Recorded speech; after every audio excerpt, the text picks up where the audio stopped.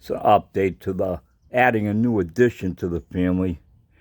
You know, I'm getting this area cleared out, and this is my third 389 engine, and it's junk.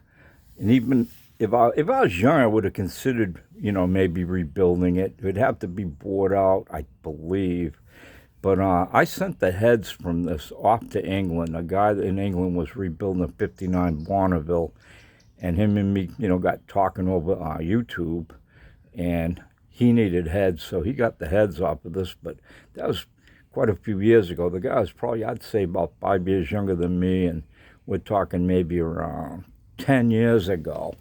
So I'm going to say he was probably about 59 at the time. And he just dropped out of the picture. He had a website up, and he was doing marvelous work, and then it just went away. But took this off, and you know, this is, you know, what's holding that thing on. You take this off, and keep this was, you know, wanting to spin, so I got that in there to jam it up. And you got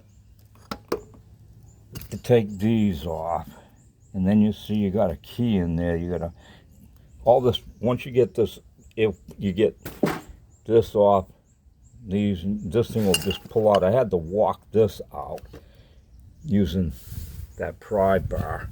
And then the flex plate in the back, you got to take that off to get, I don't know, the bell housing off out of there.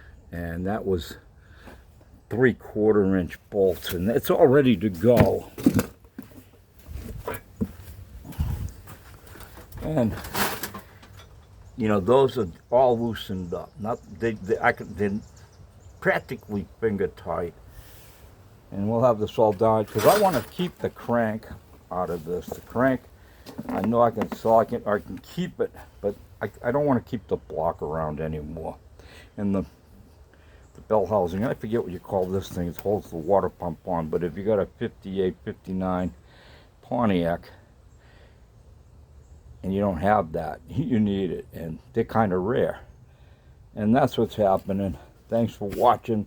Like, share, subscribe, and any other good thing you can think of doing.